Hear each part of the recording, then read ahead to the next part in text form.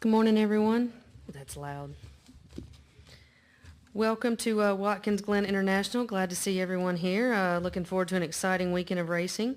We'll start off this morning's availability with Matt Kenseth, driver of the number 17 Ford EcoBoost Ford, currently second in points with one win this season. It's Eco. Eco?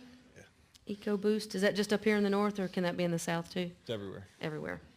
EcoBoost Ford. He's full of knowledge this morning. He told me it was raining outside too. Matt, talk to us a little bit about heading into Watkins Glen this weekend, and as we get up on closer to the chase and being here this weekend.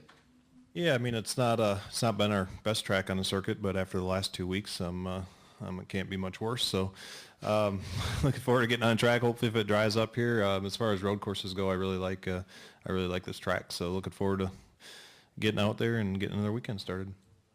Okay, we'll open it up for questions for Matt. Please raise your hand. We'll get a wireless mic to you. Please state your name and affiliation. We'll start down here with Mike.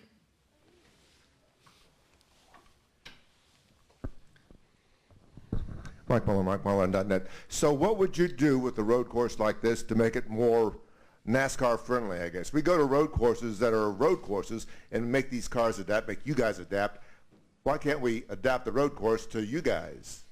I think this place is really NASCAR friendly. I mean, compared to, we only go to 2 road courses, obviously, and if you compare this place to Sears Point, you know, everybody kind of groups road courses together, but that'd be like grouping all the ovals together. So, I mean, I think this place reminds me a lot of Michigan or something. It's real wide. It's got a lot of room to work, a lot of momentum. So, I mean, I think this road course is great, you know, for our cars. Sears Point's real small, you know, tight, technical, slow.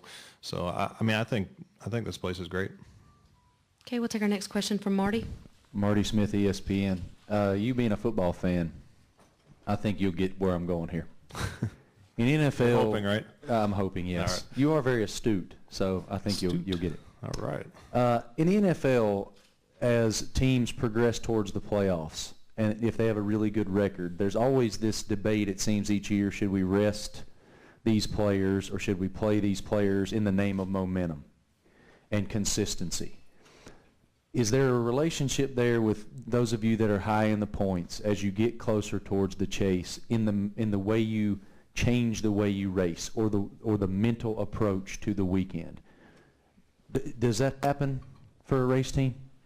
I don't think so. Although we did rest the last half of the Indy race, I guess it was, and it seemed like the last part of last week. But I don't think so. I mean, you always want to win. You always want to bring your best stuff. Obviously, they rank you by wins, and you know, our sport's, you know, quite a bit different. If it'd be like an NFL if they started your playoff game with some points instead of starting 0-0. I mean, that's kind of how it is. If you win here, you start the playoffs with some points. So obviously, that's really important. Indy was a letdown last weekend. I thought we were really in position to have a chance at a win there, especially with the race probably. Well, it did get shortened. We knew it was going to get shortened probably. So I thought we had a good chance there of getting the point or whatever, and you know, going into the chase. So I think for us and our team and where we're at, I think it's important to try to get a win before the chase starts, and to make sure we're in the chase after the last 2 weeks. You know, anything can happen. If we have many more of them, we might be you know, getting back toward that 10th spot farther than we want to be. Okay, we'll take our next question from Bob. Okay, we'll take over here to your right. Bob Hocker, Sporting News. If you don't get practice in today and they end up starting by points and just practicing tomorrow, how does that maybe change the dynamic of the race with you and Junior on the front row, and you know, a lot of guys, maybe road course vets or stronger road course racers, kind of mid-pack? Man, I think that sounds awesome. They started by points. You know, it'll probably change it. It'll actually probably make it more interesting, honestly, for this track. You know, maybe not some other tracks, and I know NASCAR, you know, went to the speeds and all those different things if we do practice to try not to line them up by points, because it's generally more exciting and more passing and all that, you know, with qualifying. But this is one of those rare places, I think, the racing might actually be more interesting if they start by points, because there's probably some guys up there that aren't the best at road courses that might fall back. And then there's probably some really good road course guys like, you know, I don't know, the first couple guys that pop in your mind, I guess, is like Marcos and Juan Pablo and guys like that aren't as high in points, that'll probably be moving toward the front. So it might actually make the race, you know, more interesting if we don't qualify. Okay, we'll take Chad, then Jim, up here, up front.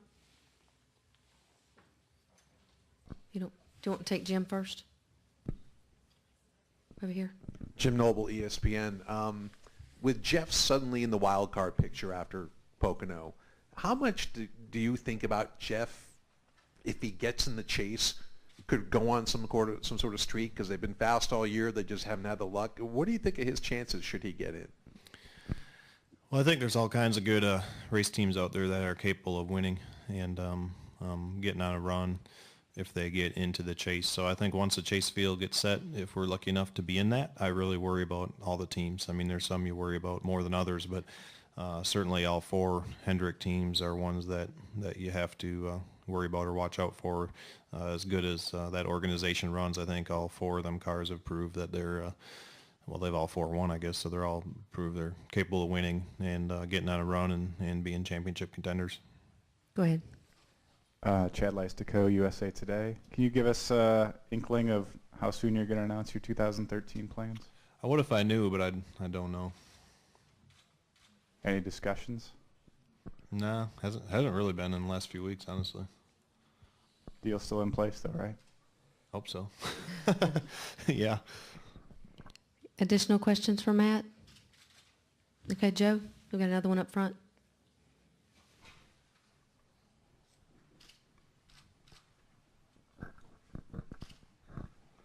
Joe Manzer, NASCAR.com. Matt, as Marty so eloquently pointed out, you're very astute. Elegantly. Good word, right? Yeah.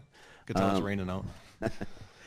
What you've obviously been very successful throughout your career at all tracks, but what is it about road courses that has been difficult for you to get a handle on? Well, I think they're both a lot different, like we talked about. I think this year at Sears Point we did a little bit better. I feel like that's one of my worst tracks on the circuit. In this place, I feel like there's been times we've ran pretty competitively. We've been okay. So I don't know. It's just totally different than oval track racing. It's totally different technique, approach. I think the hardest thing probably for me through the years is probably to give, Jimmy and the guys, whoever's working on the car, the best feedback I can or help them, get them what they need in the car, what I need in the car to go fast. So that's probably been my biggest challenge is to, help them guys help me. Any more questions for Matt? All right. Thank you very much, Matt, driver of the number 17 Ford EcoBoost Ford.